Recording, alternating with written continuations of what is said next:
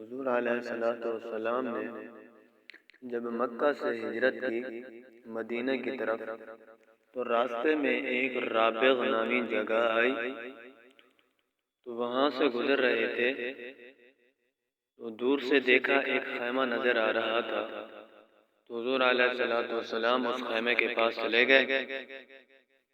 تو خیمے کے اندر گئے تو وہاں ایک بوڑھی عورت تھی۔ حضور علیہ الصلوۃ والسلام نے اس بوڑھی عورت سے پوچھا، کھانے کی کوئی چیز ہے؟ ہمیں کھانا کھلا دو۔ اس بوڑھی عورت نے کہا کہ میرے پاس کھانے کی تو کوئی چیز نہیں ہے، کوئی چیز بھی گھر میں نہیں رکھی ہوئی، کوئی چیز ہوتی تو میں ضرور آپ کو کھلا دیتی۔ حضور علیہ الصلوۃ والسلام نے خیمے کے ایک کونے کی طرف نظر کی تو وہاں ایک کمزور لاغر بکری نظر آئی۔ تو حضور علیہ الصلوۃ والسلام نے اس بوڑھی عورت کو کہا کہ یہ بکری کھڑی ہے تو اس بکری سے دودھ نکال لو۔ تو اس عورت نے کہا یہ تو بڑی کمزور ہے، اس کے جسم پر گوشت بھی نہیں ہے، یہ کمزور ہونے کی وجہ سے دوسرے بکریوں کے ساتھ چرنے کے لیے بھی نہیں گئی، یہ چل بھی نہیں سکتی، تو اس کے تھن بھی سوکھے ہوئے ہیں، تو یہ کیسے دودھ دے گی؟ تو اس کے پاس تو دودھ نہیں ہے، اور یہ دوسری بات یہ ہے کہ یہ بن بیاہی بکری ہے، اس نے بچہ بھی نہیں دیا، تو یہ دودھ کیسے دے گی؟ حضور علیہ الصلوۃ والسلام نے فرمایا، اماں آپ اجازت دے دیں کہ میں اس بکری سے دودھ نکال لوں۔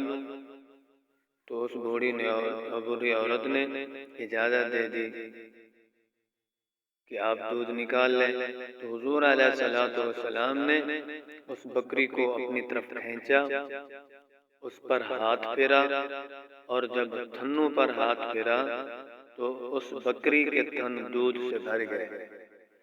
تو اس بکری نے اپنے ٹانگی کھلی کر لی دودھ دہانے کے لیے کہ تاکہ میرا دودھ دوہ لیں، نکال لیں۔ حضور علیہ الصلوۃ والسلام نے اس بوڑھی عورت سے برتن مانگا، تو اس بوڑھی عورت نے حضور علیہ الصلوۃ والسلام کو برتن دیا۔ حضور علیہ الصلوۃ والسلام نے اس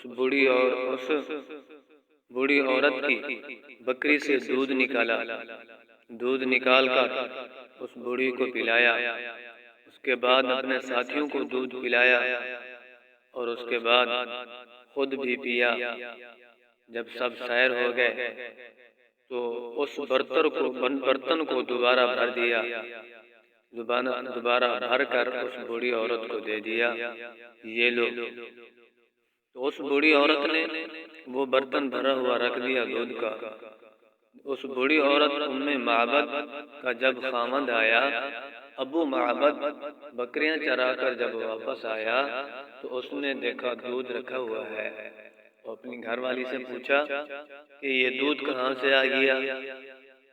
ادھر کوئی بکری بھی نہیں تھی، ایک کمزور لاغر بیمار بکری کھڑی تھی، اس سے دودھ بھی نہیں تھا، اور کہیں آس پاس کوئی بکری بھی نظر نہیں آتی، تو یہ دودھ کہاں سے آ گیا؟ تو ام معبد نے اس کو کہا کہ ایک نوجوان آیا تو اس نے مجھے کہا کہ میں اس بکری کا دودھ نکال لوں، تو میں نے کہا نکال لیں۔ تو انہوں نے جب بکری کے تھنوں پر ہاتھ پھیرا تو بکری کے تھن بھی دودھ سے بھر گئے،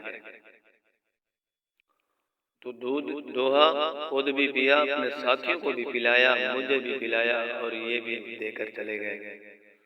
تو ابو معبد نے پوچھا اپنی گھر والی سے کہ اس کا حلیہ کیا تھا؟